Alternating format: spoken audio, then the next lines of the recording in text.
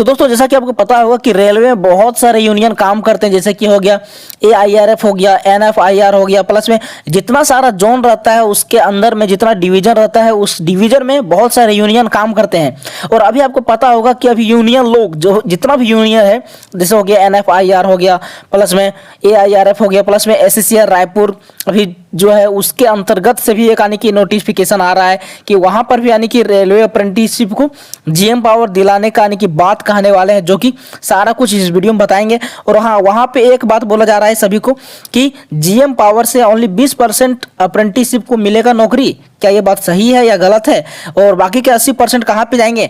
इस वीडियो में सारा कुछ A to Z में जानकारी आपको बताऊंगा कि यहाँ पे सच्चाई क्या है और ऑफिशियल नोटिफिकेशन में क्या बोला जा रहा है। ठीक है, मैं बहुत सारा यूट्यूबर लोग को देख रहा हूँ कि वो गलत इन्फॉर्मेशन लोगों को बता रहे हैं। ठीक है, तो वही मैं आपको सारा का सारा यानी कि जो ऑफिशियल ऑथेंटिक न्यूज है वही मैं आपको बताऊंगा। ठीक है, सारा कुछ यानी कि A to Z करके। तो आपसे रिक्वेस्ट होगा कि आप लोग अगर चैनल पे नए आए होंगे तो चैनल को आप लोग सब्सक्राइब कीजिएगा और वीडियो को लाइक वगैरह शेयर कर दीजिएगा अपने फ्रेंड सर्कल में, ताकि लोगों को अच्छा नहीं कि नोटिफिकेशन पता चले। ठीक है, ना कि गलत।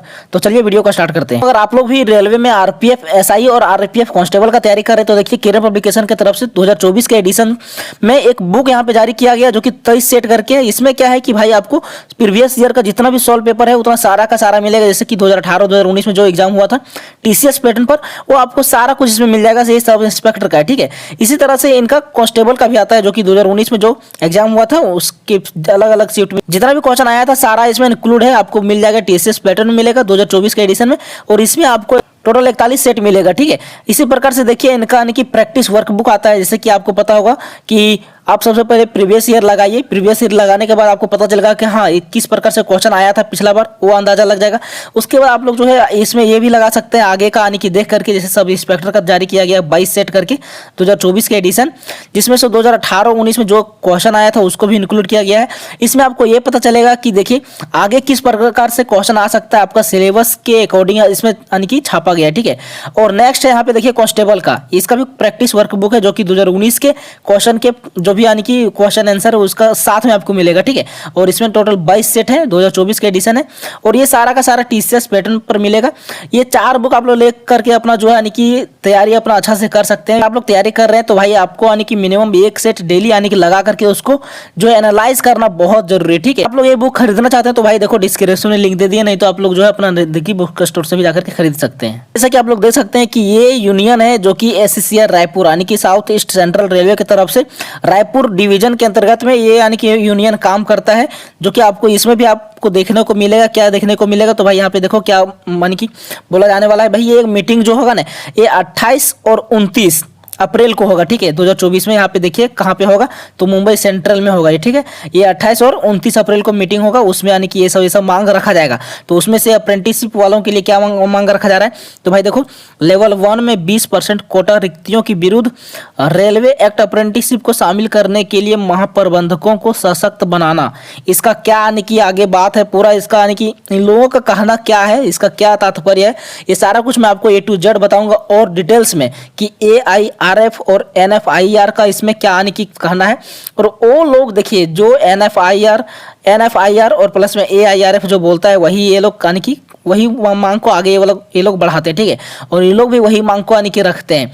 तो सबसे पहले मैं आपको दिखाता हूँ इसी प्रकार से, और यानी कि वेस्टर्न रेलवे की तरफ से भी आपको देखने को मिला होगा, प्लस में और भी जितना भी यानी कि रेलवे यूनियन है वहां से आपको देखने को मिला होगा इस प्रकार से। ठीक है, तो जो रेलवे अप्रेंटिसशिप से रिलेटेड था वो मैं आपको बता रहा हूँ। तो चलिए हम लोग बात करते हैं उसका यानी कि इसका मेन नोटिफिकेशन जो कि AIRF के द्वारा बोला जा रहा है, प्लस में NFIR के द्वारा क्या बोला जा रहा है वो हम लोग देखते हैं। ठीक है, तो जैसा कि आपको पता होगा कि मैंने एक पिछला वीडियो बनाया था जिसमें मैं आपको पूरा 3 इंपॉर्टेंट अपडेट बताया था रेलवे अप्रेंटिसशिप से रिलेटेड, और फिर से मैं आपको बता रहा हूं कि भाई उसका यानी कि मेन कहना क्या है। ठीक है, 20% का जो बात हो रहा है उसका मेन क्या कहना है, क्या 20% वालों के लिए सिर्फ यानी कि GM पावर आएगा और बाकी 80% वालों का क्या होगा, इस प्रकार से यानी कि लोगों का मन में भ्रम है।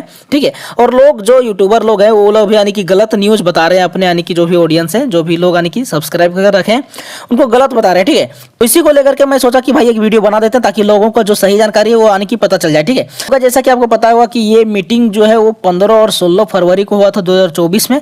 किनके साथ में, तो आपको पता होगा कि जया वर्मा सिन्हा जो कि रेलवे बोर्ड के भी सीईओ हैं उनके साथ हुआ था। AIRF का जो भी प्रेसिडेंट और सेक्रेटरी है उनके साथ हुआ था, और NFIR के जो भी प्रेसिडेंट और सेक्रेटरी है उनके साथ हुआ था। प्लस में जितने भी रेलवे के यानी कि जो स्टाफ लोग रहते हैं उनके साथ ये मीटिंग हुआ था। ठीक है, तो इस मीटिंग में रेलवे अप्रेंटिसशिप वालों के लिए क्या बोला गया था, तो भाई सबसे पहले आपको क्या करना है, इसमें आपको जो है टोटल यानी कि 8वां पेज में आना है। ठीक है, 8वां पेज में आना है आपको इस जगह पे। ठीक है, ये 8वां पेज है, आप लोग देख सकते हैं। तो सबसे पहले आप लोग यहाँ पे जूम कीजिएगा तो आपको यहाँ पे मिलेगा कि AIRF ने क्या मांग किया है। ठीक है, रेलवे अप्रेंटिसशिप वालों के लिए। और भाई देखो ये मीटिंग हुआ था, ये यानी कि मांग किया जा रहा है इन लोगों की तरफ से। ठीक है, यूनियन की तरफ से मांग किया जा रहा है। अब इस पर क्या होता है क्या नहीं होता है, वो जो मेन मीटिंग होगा रेलवे बोर्ड के साथ तब पता चलेगा इसका कि यानी कि मेन कंक्लूजन क्या निकल करके आता है। ठीक है, हम लोग यहाँ पे देख सकते हैं कि इस जगह पे मैंने आपको पिछला वीडियो में बताया था, लेकिन फिर से मैं आपको बता रहा हूँ कि भाई देखो Shri Mishra also demanded absorption of all course completed railway act apprenticeship who have qualified in the written examination and medical test against CEN 01/2019 as well as passed in B1 C1 medical standard. ठीक है, यहाँ पे ये बोल रहे हैं कि जितने भी रेलवे अप्रेंटिसशिप वाले हैं और जो भी 2019 का वैकेंसी में फॉर्म भरे थे और जो भी इनका भी मेडिकल टेस्ट प्लस में रिटन एग्जामिनेशन क्वालिफाई किए हैं, यहाँ तक कि B1 और C1 मेडिकल वाले भी, तो उनको जो है रेलवे में यानी कि रख लेना चाहिए। ठीक है, नौकरी दे देना चाहिए, ये इनका मांग था।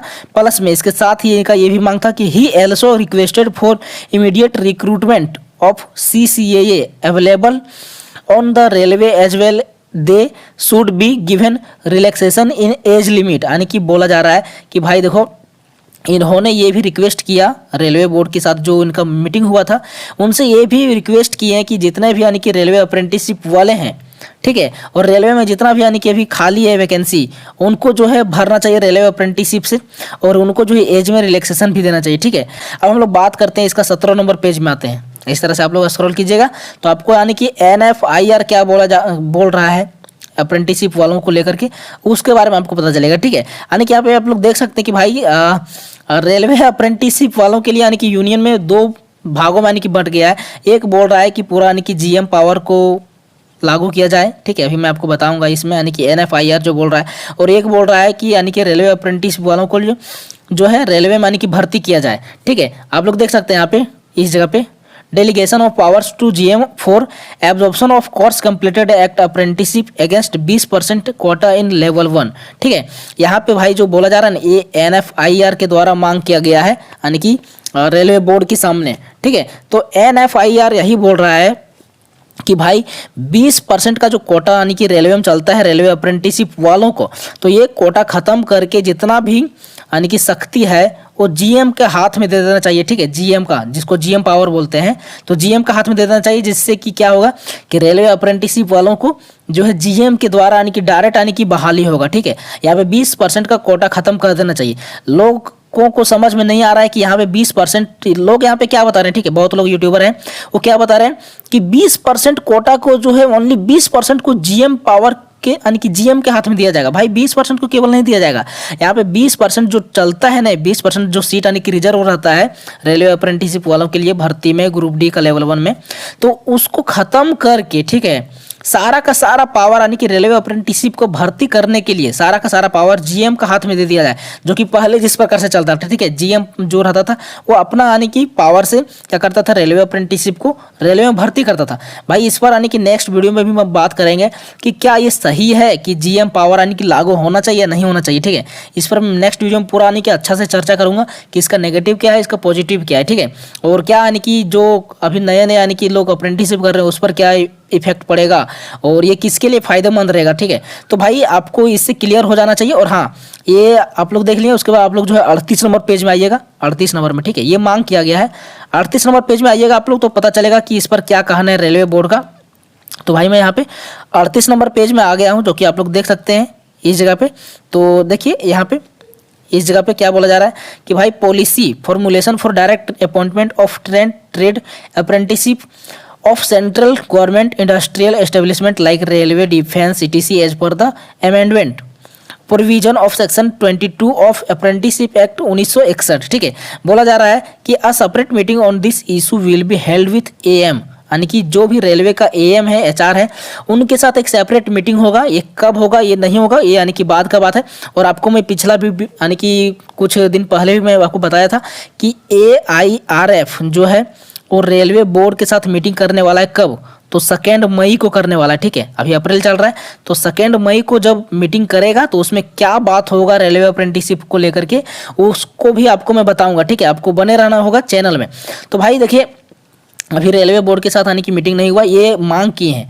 NFIR जो है, NFIR ये बोल रहा है कि 20% को ख़त्म करके सारा का सारा पावर आने की रेलवे अप्रेंटिसशिप को भर्ती करने का रेलवे में वो GM का हाथ में दे देना चाहिए। और यहाँ पे देख सकते हैं आप लोग जो है जो AIRF है, ठीक है, AIRF है, वो क्या बोल रहा है कि यहाँ पे जो ही also requested for immediate recruitment of CCAA available on the railway as well they should be given relaxation in age limit। ये बोल रहे हैं यानी कि AIRF वाले शिव गोपाल मिश्रा जी जो कि जनरल सेक्रेटरी हैं, ये बोल रहे हैं कि रेलवे में यानी कि अप्रेंटिसशिप वालों को भर्ती करवाना चाहिए, ठीक है, ये बोल रहे हैं, ठीक है। और NFIR का कहना है कि 20% को ख़त्म करके सारा का सारा पावर जो है वो GM के हाथ में पावर दे दिया है, ठीक है। तो भाई ये आपको गुमराह में नहीं रहना है, ये आपको गलत इन्फॉर्मेशन नहीं जानकर रहना है कि केवल 20% वालों को ही यानी कि GM का हाथ में दिया जाएगा, ठीक है। ऐसा नहीं है, दिया जाएगा तो सारा का सारा दिया जाएगा, नहीं तो यानी कि कुछ नहीं दिया जाएगा, ठीक है। ऐसा यानी कि होगा। आप लोगों को ये नहीं भाई, बहुत लोग यानी कि देखते हैं हम वीडियो, बहुत यानी कि लोग बताते हैं, वो लोग क्या बोलते हैं, आपको अगर ये वाला अगर अच्छा से और जानना है भाई तो मैं यानी कि डिस्क्रिप्शन में दे दिया हूँ वीडियो का लिंक, नहीं तो आपको यहाँ पे थंबनेल में भी दिखता होगा। यानी कि वो मैं पिछले यानी कि वीडियो में बताया था आपको कि भाई उसका यानी कि क्या क्या है, सारा कुछ यानी कि हिंदी करके मैं आपको बताया था कि क्या इसका ओरिजिनल नोटिफिकेशन का क्या कहना है, ठीक है। तो ये आपको जान करके रहना है कि किसी का भी यानी कि कोई भी 80% का किसी का यानी कि यहाँ पे नुकसान नहीं होगा, केवल 20% का फायदा होगा, ऐसा कुछ नहीं है। होगा तो होगा, पूरा का पूरा GM पावर का हाथ में जाएगा, GM का हाथ में पावर जाएगा, ठीक है, रेलवे अप्रेंटिसशिप को बहाली करने का, नहीं तो यहाँ पे कुछ नहीं होगा, ठीक है। और क्या GM पावर यानी कि अगर लागू होगा तो क्या सही होगा या क्या होगा, इसके बारे में हम नेक्स्ट वीडियो में बात करेंगे। तो ये वीडियो हमको लगा था कि यानी कि बनाने का मोटिव मेरा यही था भाई, क्योंकि मैं ज़्यादा चैनल में भी एक्टिव नहीं हूँ, ठीक है, और मैं एक्टिव रहना भी नहीं चाहता हूँ चैनल में, लेकिन हम सोचे कि हाँ ये यानी कि नोटिफिकेशन जो है लोगों को अच्छा जानकारी देना चाहिए। तो यही आपको सिंपल समझना है कि भाई देखो 20% वालों के लिए केवल यहाँ पे GM पावर नहीं आएगा, आएगा तो सबके लिए आएगा, ठीक है। जो भी आपको बता रहा है कि केवल 20% को GM का हाथ में दे दिया जाएगा, तो ऐसा नहीं है, होगा तो सभी का होगा, ठीक है। तो चलिए मिलते हैं नेक्स्ट वीडियो में किसी नेक्स्ट टॉपिक के साथ, तब तक लिए जय हिंद, जय भारत।